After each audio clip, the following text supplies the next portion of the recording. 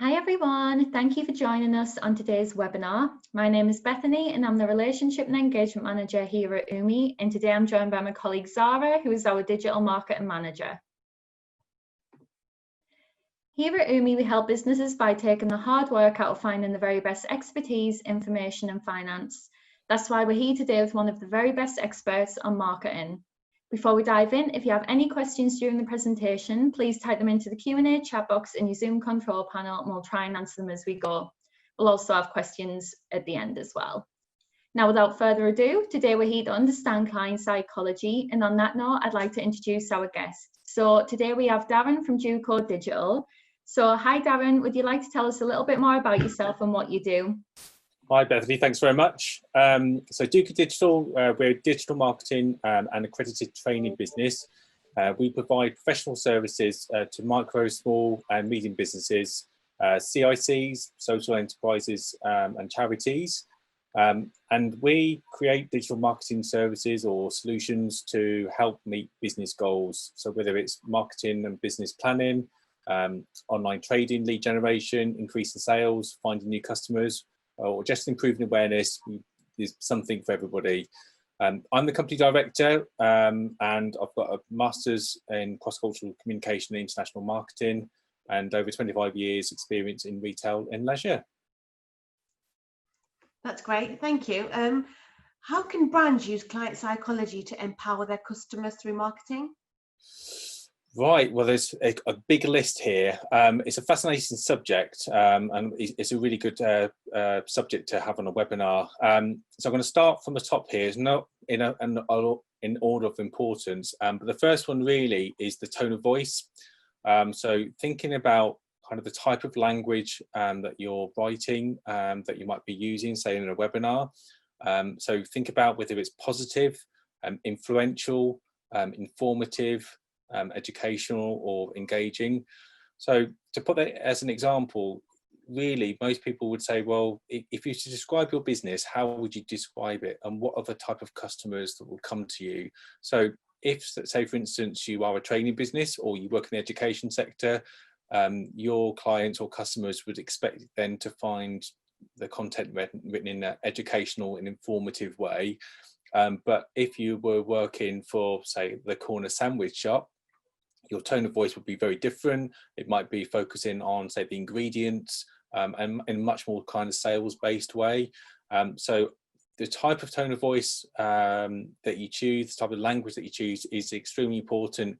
And I'm going to keep coming back to that subject throughout the webinar today.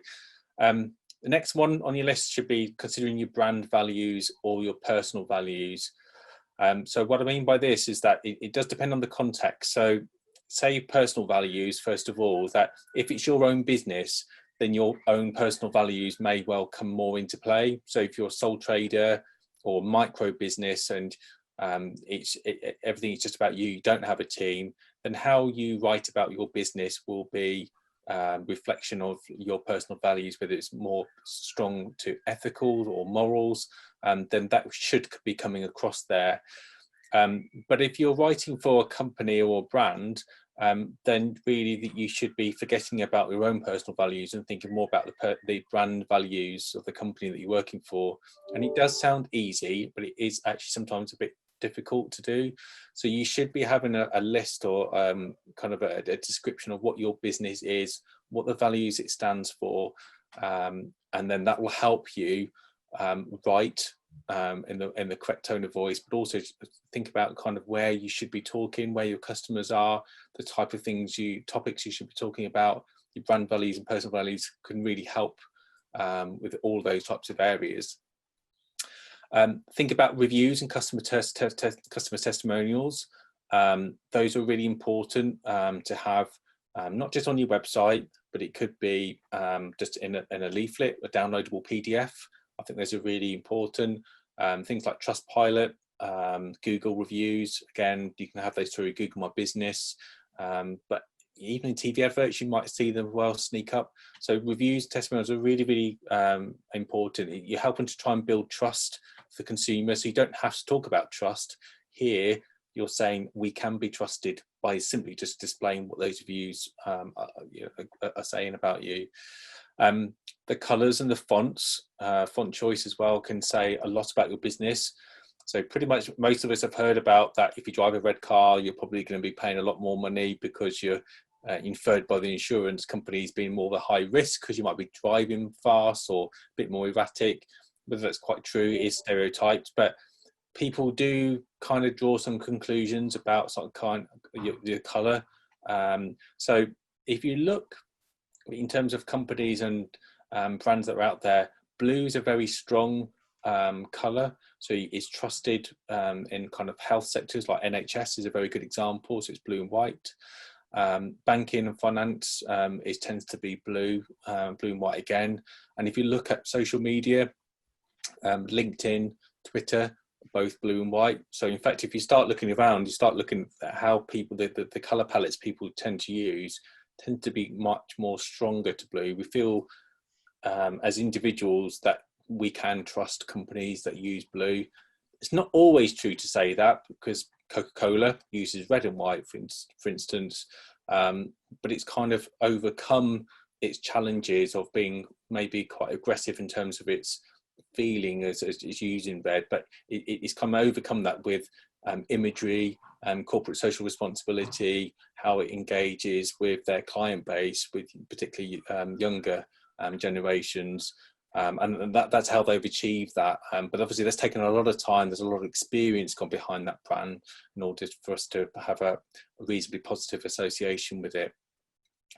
Font choice I did mention, just changing the font. If you don't think it has a big emotional feel, just try it. Just try it on your website, try it in a piece of graphic design work like Canva. You can see just putting your brand in and choosing a different font gives it a completely different feel. So if you're using something like Times New Roman, it might make it feel more like a lawyer kind of type of font type that you'd expect to see there, but something casual without all those kind of the serif side. Makes it feel much more modern, perhaps a bit more dynamic as well. So that those two areas, the colours and fonts, are particularly good to look at from a design side when you're reviewing your digital presence. Certainly that's a good starting point. I mentioned imagery, so photos and videos, about how they're used. So think about kind of where you're sourcing them from. So if you're going to be using a lot of just free imagery that's out there, customers tend to see them in more often than what you think they will. So if you're using the same kind of stock imagery that's fairly popular out there, then it doesn't really say anything about your brand. So it feels a bit empty, doesn't feel there's a connection between them and the consumer. But you can take still some really great imagery just with your iPhone, something unique, something that describes your business or your talking points that you want to try and get across. To try to use unique stuff if you can. Video is massively powerful. It's one of the highest ranking types of media now on search engines, just because of its accessibility. So video, again, think about the kind of the tone of voice that you're using, what you're trying to portray. Ideally, you need to have a storyboard. That's how you should be going into video, thinking a bit more clearly about what this is going to achieve, its goals, the type of things you want to be mentioned through there. So there's a lot of thought that goes into video. Sound can be also important for some businesses, not for everybody, but sort of kind of visual. So if you are working in the music business, for instance, working in a club, a lot of sort of big name businesses are aligned with that sector, the creative sector, the arts sector. So that can be important. And you can also incorporate sound into digital sphere as well, which can make you stand out. So it's something a little bit different. We're getting towards the end of this list, but there's a few more here to go through. Personalisation is extremely strong at the moment. So if you're going back to a website, if you're able to address that client, the potential customer, by their name or something about them, then that's great, because you're already starting to build up a connection. It recognises them. AI, artificial intelligence, is a great way of using that. It's not that expensive. It's fairly easy to do. So that's one route. Also personalisation. People think that kind of mail is dead, and so in terms of sending leaflets and letters through the post, in fact, actually there's evidence out there now to say that, you know, because we're using digital so much now, that actually taking the time, spending a little bit more money and personalise something for somebody, it makes them feel more sort of, I suppose, special, makes them feel valued. So you could get a bigger return on investment from just personalising something. So those are two good examples of how you could use personalisation. There are lots of others, but I know we're stuck for time, so we've got to kind of motor through this. Just structure of your website as well, how you lay out your website.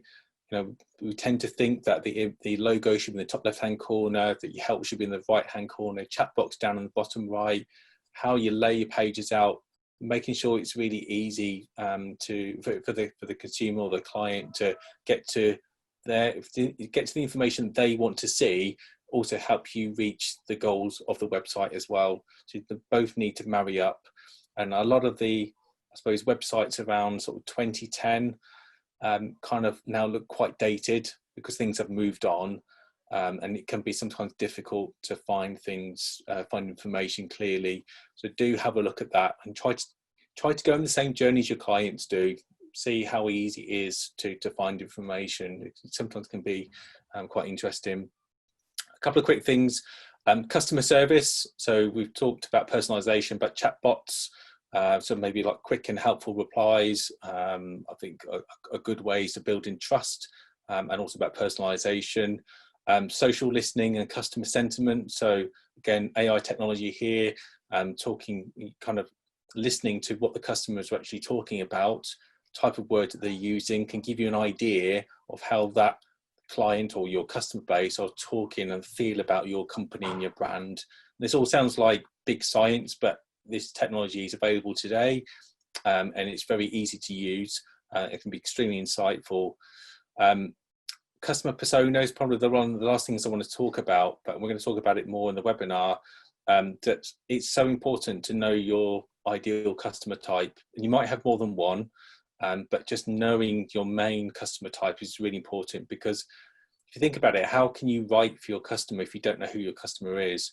So if you don't know that they may be expecting education in, you know, content, and then you're writing something for, you know, that's much more casual, then there's going to be a disconnect happen. So you're not really embracing the potential for your customer or audience there. You might be missing out on opportunities. There's some really good insights into, or tools that you can use to help you identify or create your customer persona. So one on HubSpot, so you can just Google HubSpot customer persona. It talks you through how to do it. Myers-Briggs, I just want to throw that in there because I know people will talk about that. It is a little bit outdated. It's about how to kind of understand your, again, a customer type, but it might be good to have a look at that, to have a quick Google about that. A couple of the quick tools. Hotjar is a really good tool you can use in the back of your website. You can see where people are looking at your website and where they're clicking, so you get this heat map. And I know we'll talk about analytics later on. There's also a really great book, before I forget, called Webs of Influence. So if you're looking for a book to have a read up about that, this is a very good start. So a lot to cover there, but hopefully that answers your question. No, that was great. So what would you say then are the common types of customer buying behaviour? There are mainly 4 types. So the first one is going to be customers that carry out regular purchases. So these are things like groceries, beauty, subscriptions. So there's been a really big move to the subscription model, certainly within the last couple of years. So you see, get magazines now, subscription. You can get your groceries from Amazon with regular ordering, and you're starting to see that specialist small medium businesses are moving into this kind of subscription model. So things like coffee, tea, that can just be sent to you every single month. There's big benefits here for both the consumer and for the business. Obviously for the consumer, it's affordability. So maybe if it's a bigger purchase, they can spread that cost over. So particularly in e-learning content, might be expensive to buy a course. You can spread it over a number of months. That might help, for to purchase that and consume it. But for the business, it's about regular income. It also helps them build loyalty again. So again, going back to the psychology, it's about trying to build this trust, but also getting to know your customer and what they're looking for. And then that feedback goes back into your business. So you listen to it and then you put it back in, and that helps you improve your business, and that helps you attract more clients. So that's number one, to regular purchases. Number two, you've got this complex buying behaviour type. So here, this is about kind of purchases which are more higher risk and life-changing products. So kind of be things like cars, houses, specialised services. So that's your second one. So here, understanding your customer, it's generally not going to be quick decisions. So these customers will if you're going to go and buy a house, you need to probably go and have a look, go and have a tour of one. You might have a tour of 2 or 3. There might be issues around finance. You might be selling another property. So it might be quite some time before that client then actually may then kind of seal the deal, as it were. Same with a car. If you're going to buy a car, it's not always just about the colour and the brand. It could be lots of different other factors there involved as well. So it's just important to understand the customer life cycle. So the considerations, what need to be kind of taken into account, that affects the finance of your business. So if you're opening that type of business, then you may make a loss for your first 2 or 3 years, because it might take you a while to build up your customer base before you can start seeing a return. So this is why this is important.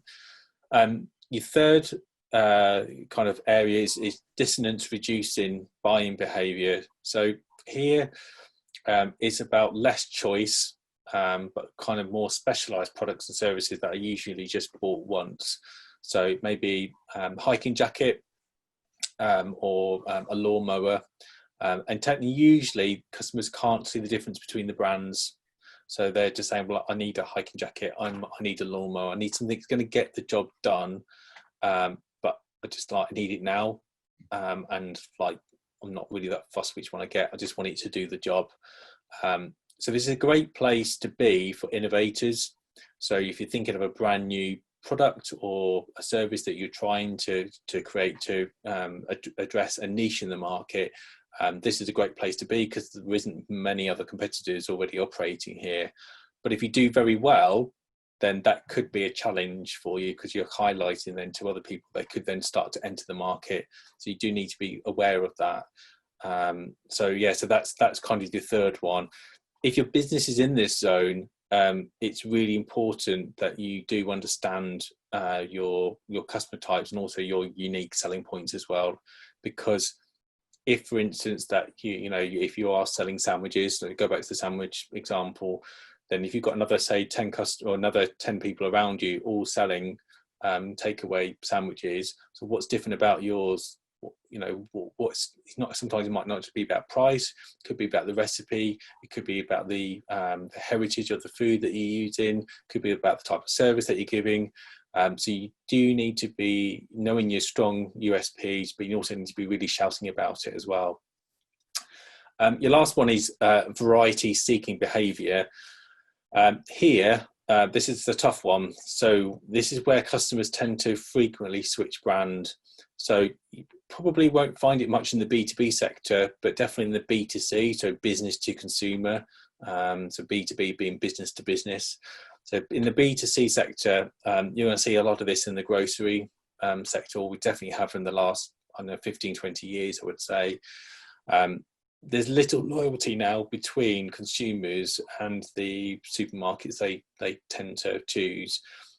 So some of it is kind of, they'll just go by locality. So they'll just shop wherever it's closest, shop where it's convenient, shop kind of what's best for them. It's not always about now price and service. It's a tough one, and the battle zone here is constantly being rewritten. So to give you a couple of examples here, I noticed this morning that supermarkets now are thinking about, with the kind of home deliveries taking off, they're going to now turn it into an opportunity that people can recycle, so they can drop their glassware and plastics and they'll get collected at the same time they receive their groceries. For some grocery retailers who are not in this market, or in this kind of, you can offer those types of home delivery offerings. For them, it's an area they need to improve. So for the likes of people like Aldi and Lidl, now they're now looking to companies like Deliveroo to marry up, and they can start doing home deliveries for them. So as soon as somebody's got a unique selling point, then the other one's trying to catch up. So it's a really big battle zone here. And if your business is operating in this type of zone, then again, it's really important that you've got to stand out and you've got to be hot on your heels. You could think about collaborating with somebody else to kind of get you out of this zone a little bit. So you might be moving to something else, or something that's comparable with the service that you're offering. So that's one way you could get over it if it's just too fast for you. Right. What types of marketing tactics would you say should be employed? So if there's just one piece of advice today, know your customer types. We've definitely kind of covered that a lot already, and know your competitors, how your sector is changing and the environment that they're working in as well. That's really important. You've just got to know them and you've got to look after them. And for some, I think some people say, or some advice is given, is that you know your customer types and you've got to keep to those. I think it is important to know them, but I do think that you need to be aware of other customer types that evolve over time. So to give an example of that, this week there's some research that carried out about influencers.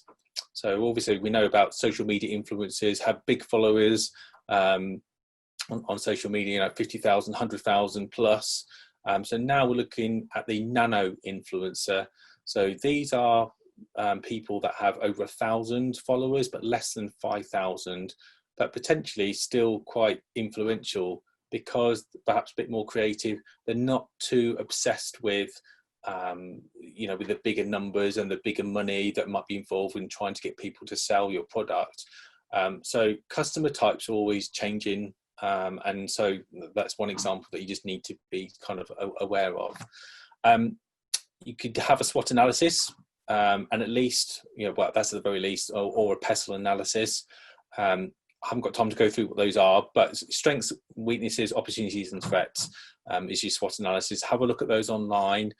They're very, very simple, just like kind of 4 boxes really, and you just start writing your strengths, weaknesses, opportunities and threats, internal and external. Internal on the top, external on the bottom. Be where your customers live is my third one. So you need to be, or your business needs to be where your customers are based. So there's no good, say if you are in the B2B sector, but you're mainly on Facebook, well, B2B really is Twitter and LinkedIn. So you're on the wrong channels. So you need to be where your main customer base is going to be. Have a marketing plan. It is still amazing the number of businesses that don't have a marketing plan.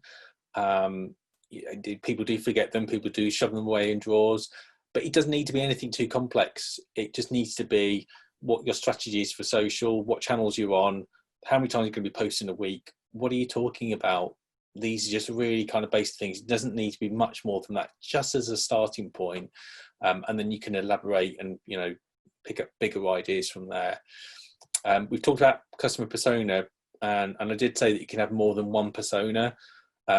So this is really important to understand, that you may have a number of different products, but your one customer persona type may not be buying all of them. So you might, over time, you might have adapted your one product to suit, which might have a higher value. So people might have more disposable income, but might be looking for a more luxury feel of a service. That's one good example. The other side of that is you might have already started in the luxury sector, but actually you might need to offer something which is a little bit lower in the price point, not always cheap, but maybe mid-price point. So if you look at cars was a great example. If you look at the the brands there, they usually have something kind of your starter points about maybe £6,000-7,000. You might move up to the 10, 12, then you get to the 15s, 18s, and then 20 plus. That's just a basic example. So you then might have 4 or 5 different customer personas, and again, families, people living on their own, sort of again, people living together. So those are again another 3 sort of very basic examples of kind of like customer types you could be thinking about. Understand your cultural differences, especially if you're trading overseas. It's really important. People, again, your businesses think, right, let's start trading overseas, let's get going, and you're going to try and conquer Spain or France. So if you start talking in Spanish and French, you need to make sure that you've got somebody in Spanish, or they can talk in Spanish and French, to answer those inquiries, because that's probably what they'll expect. But also understanding, again, the tone of voice, what's acceptable, what's not acceptable. So in certain countries, symbols and emblems are really big signs of trust. And there's things you can do here, but you can't do there. There's colours you can use here that you can't use there because they symbolise different meanings. So again, it's a big subject to talk about, but just definitely be aware of that. A couple of the things I've got on my list here: efficiency and swift decision making. People think too long about making decisions about marketing. You can't. It's quite fast paced. You need to be reactive. Really, you should be proactive. You should be out there taking the lead. You want to be the market leader. You want to be the best, and you kind of have to have that kind of that thought pattern. So definitely swift decision making. Video marketing, we've talked about the strength of video already. Marketing plans and marketing budget. Just give you an idea of marketing budget. Usually about 10% of your turnover is a good idea of how much you should be putting aside. It can vary. Obviously, the more money you turn over, that 10% gets much bigger. Kind of the reverse is perhaps not true, because if you're just starting out and you're 10% of nothing, you haven't got anything there. So you need to be looking what your kind of estimated turnover is going to be for your first 18 months, maybe, to give you an idea. Just keep improving products and services. I said about feedback beforehand, so listen to your customers. Again, talk about how we can do that. If you're showing that you're listening to your customers, they get to trust you and they get to see that you really care. It's even better if you can reward them as well, because they can feel they can buy into your brand and buy into the company. So you see certain people, or most of us really, we all tend to have preferred brands, maybe in fashion. You always gravitate to maybe a certain jean or a certain pair of trainer that you want to wear, and that's usually because you had a good experience with it, you feel good about it. So part of the way how they've done that is about kind of loyalty, the imagery and the graphics that we've talked about. So it's always important to keep improving your products and your services and your marketing as well to keep people up to date. Making sure you train your team. It's really important. Training is not so often used as you should be, but you do need to spend time, particularly if they're in sales, particularly if they're in marketing, but also particularly for the owners and for the directors, because they often get forgotten about. So the teams, your sales team and your marketing team, may be getting lots of training, but then when it comes to signing the decisions off, if the directors and the owners of the business don't understand what they're trying to achieve, then that can be a bit of a problem, and you can have this kind of this and them scenario where you've got some people going out finding all these amazing ideas, but then you might have your directors where you think, actually, I don't even know what you're talking about, and I'm probably they're more risk averse, so they may not go down some of these lines where you perhaps need to be pushing the boundaries a bit more to keep your business ahead. They're not going to be with you on that journey. So it's important that everybody does that together. Delivering exceptional customer service and leading from the front, we've already mentioned that. It really should be paramount. Customer service should be every single day, every single hour. Your teams need to be living and breathing it. Look at how your teams are responding to social media comments, and if it's complaints through the mail or email, how long does it take? We know as consumers that our patience levels are much lower and thinner than what they were maybe years ago, But we need to, in order to be leading from the front, customer service is really important in B2B and B2C. B2B, notably, always very slow. So there's really great opportunities for B2B businesses to forge ahead just on customer service. If you can do that, then people will come and notably buy from you just for your service, because generally B2B are the not swift decision makers. They are quite slow. So again, that's one area that you could easily win on. Corporate social responsibility, we've mentioned that beforehand. So get involved with the community. It's not just about giving money out to charities. It's about actually actively getting out and also standing for something. So it goes back to your morals and your values again, about what you stand for, so people know what they're buying into. A few other things here. I've got this list here, so make sure I don't miss anything.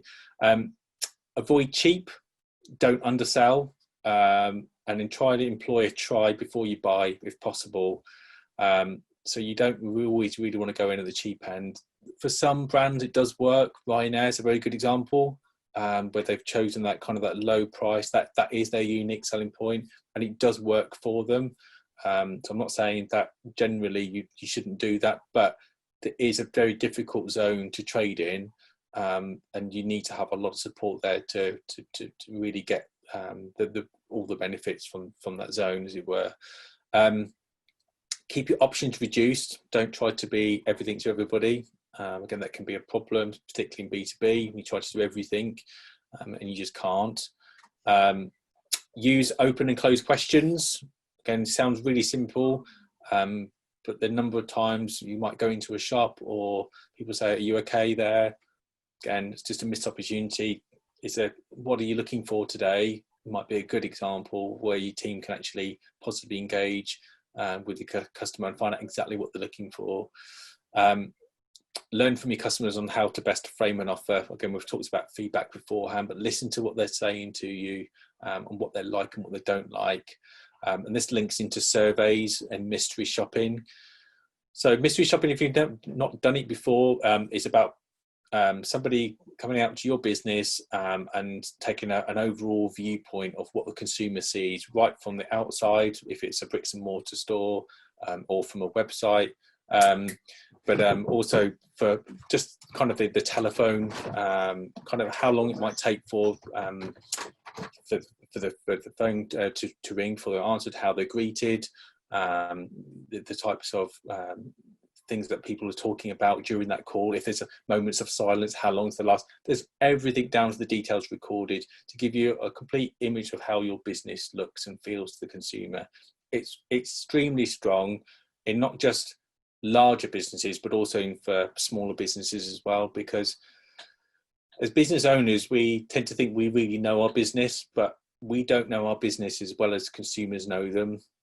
So it's a great way of getting proper impartial advice. And if you're going to do a mystery shop, the top tip is you don't tell your teams when it's going to happen. So you can get to see a proper snapshot of how your business looks to the consumer. And it could be a bad day, it could be a good day, but it's a really great way of seeing how your business is operating. Hiring a marketing professional or asking for advice and consultation, that's not just a thing for me just to sell myself here, but again, we're talking about impartiality here, and sometimes if you see your business 24/7, so sometimes having somebody else in your business, they'll be able to see other areas that you can't. So it is really important that you're trying to get as many viewpoints on your business, or quality viewpoints, I should say, that you can to drive it forward. Search engine optimization, making sure that you kind of the keywords are being used on your website and social media, and then advertising, remarketing, and then marketing automation. So I won't go through those because I know we're talking a lot here. We're on kind of the early part of the webinar, but hopefully you can see there's lots of different things. You don't have to do all of them. Just pick a few out that you know you can do, and then get the others on the roadmap. Choose what's best for you. So what platforms can be used for research? So research, you can use things like SurveyMonkey. You can use things like Typeform. But those are two really very good tools that you can use. SurveyMonkey is free, and Typeform, I think you do have to pay a small subscription. You can just send these out as and when, if you're talking about, you know, launching a new product, new service, on a kind of recent experience. You pay a bit more for Typeform, but I also think it's a better experience for the consumer. And if you've got the budget, try to spend the money. It's difficult to get returns on surveys, so definitely spend the money there. Kind of listen to what your clients are saying when you kind of engaging with your clients as well. So have a Q&A script. I've got my notes here on the screen because I can't remember everything here, but ensuring you've got this script to give you some prompts is really important. And listen to what their challenge is, their motivations, their desired outcomes, who they know, the competitors they've used before, and what they like and don't like. That's all free, so none of that costs anything. Other tools, I know I've mentioned a few before. We said about HubSpot, we've said about Hotjar. Google Analytics should be built into every website. If you haven't got it, definitely get it. It's free. You can just sign up for it today. Really, really easy. You generally have social media analytics, so you can go back of Twitter. You'll have some insights there. Facebook has notably a lot of insights about your page and the visitors. LinkedIn, there are a few insights you can get. Website analytics, we kind of mentioned Google Analytics, but you might have some other website analytics in the back office. So if you don't have access to your website, go and ask your developer or go and ask your marketing team. They'll be able to share those with you and understand some of the meanings there. It's not just as easy that you've had 500 visitors. So it's like, well, where have they gone to? Who are the visitors? What pages have they clicked on? What buttons have they clicked on? And how often they're coming back. So you need to read more into the detail there. High quality research. So again, we talked about hiring a marketing professional beforehand, but here we're talking about asking for specific advice and consultation about maybe a strategy or overcoming like a challenge. Read the latest research. It's free generally. So subscribe to your sector news. Every business will belong to a certain sector. So you can get it on social media, you can get newsletters, you can get magazines, which generally have to be paid for, but have a look at what's going on, so to see where you fit in, you know, and where the sector is moving to. Join professional bodies and engage with webinars. So again, with the webinar here today, we are UMI to be a very well-respected B2B player. So again, look to them for lots of blogs and research. They've got tons there. To have a look at those. Ask clients for the feedback. We've kind of covered that, and we've mentioned mystery shopping. And then just again, learn from collaborating. You can do a lot with working with other professionals or your peers on a project or something a bit more permanent. So those are the things that I would kind of say are really good tools to work with. Great, and we've had a question come through. So who in the business would I give this kind of task to? Is it best to leave it with my marketing team, or should I get other teams involved? I think that initially I think you should start off with your marketing team. I think because they should know your business initially, and I think it does depend on the type of problem or the type of issue that you're trying to work with. If it's a campaign, then your marketing team should know your business or their business more than anybody else. If you bring somebody else in, yes, I've listened to myself what I've just said, that they can bring a fresh pair of eyes, but they'll also need to understand about the background of the business, and that can take a bit of time. Certainly if you're working in a very detailed sector, if you're say working in oil and gas for example, unless you're an expert in oil and gas, then there's going to be a lot of terminology and there's going to be a lot of different processes, and then a marketer will have to get used to. So they're not going to be able to pick it all up straight away. Whereas the marketing team, if they've been working in that sector for 3-4 years, they probably understand a lot of that. They'll be able to interpret the insights for you. So I say start working with your team that you've got at the moment, and then maybe look to other experts outside your organisation that can help you with more specific challenges. Great, thank you. We've had another question as well. it says, do you think the introduction of AI and technology will reduce the ability to understand client technology or enhance it? Oh, it's a really good question. I think it's both. It certainly will. Humans need to live with machines, and machines can help humans, humans can help machines. So we've covered a couple of examples today about how AI is helping monitor customer sentiment. Certainly just by understanding the type of language they're using, the wording that they're using, can even monitor when you're typing in, if you're writing a business plan or marketing plan, it can even analyze the words for you so it understands the tone of voice that you're working through. So I think that's a great way of enhancing what you're doing. A lot of people are kind of frightened about AI, artificial intelligence, and the fact that machines are going to be replacing humans, but it's simply just, it really isn't true in the very kind of long-term sense that a human's going to be sitting here doing what I'm doing now, or being able to go out and replace somebody on the phone. Or there's certain elements that things like automation is certainly being used. But in terms of a human replacing, a machine replacing a human, it just isn't possible, because the biggest issue in terms of AI at the moment is consciousness. So trying to understand what consciousness is and how then we can actually then train a robot to think like a human. The technology is not even possible. We don't even understand ourselves as humans, how the brain works. So in terms of kind of that is going to be a long time away, but certainly automation brings a lot of benefits in terms of efficiencies and cost savings, and I think we definitely will start to see more. But I think there'll be more unique services to do more of the tasks that we don't like doing, to free us up to do more of the important stuff that machines just can't do, like things like this, talking to people and spending time with people, and doing research, with a kind of with a thought in mind, which a robot can't do at the moment. Great. And so how are Duco Digital currently helping clients to understand client psychology in order to, unlock business growth? And do you have any examples of this?